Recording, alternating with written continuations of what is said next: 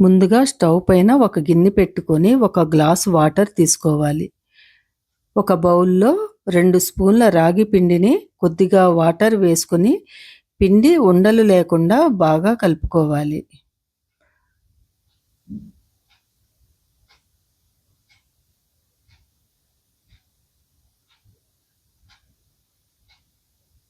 Water మరిగాక ముందుగా ready చేసి పెట్టుకున్న రాగి పిండిని వేసి కలుపుకోవాలి.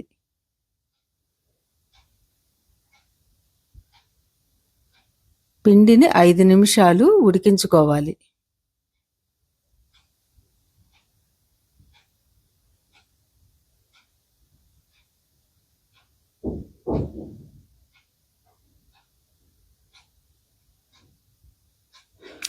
తరువాత స్టవ్ ఆఫ్ చేసి పూర్తిగా చల్లారనివ్వాలి.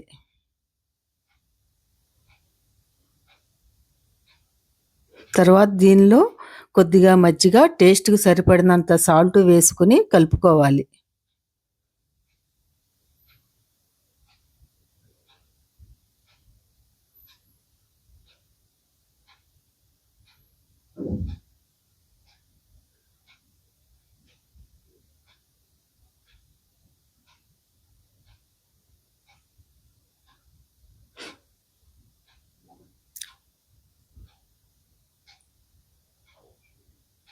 ఎంతో హెల్తీ అండ్ టేస్టీ రాగి జావ రెడీ అయిపోయింది.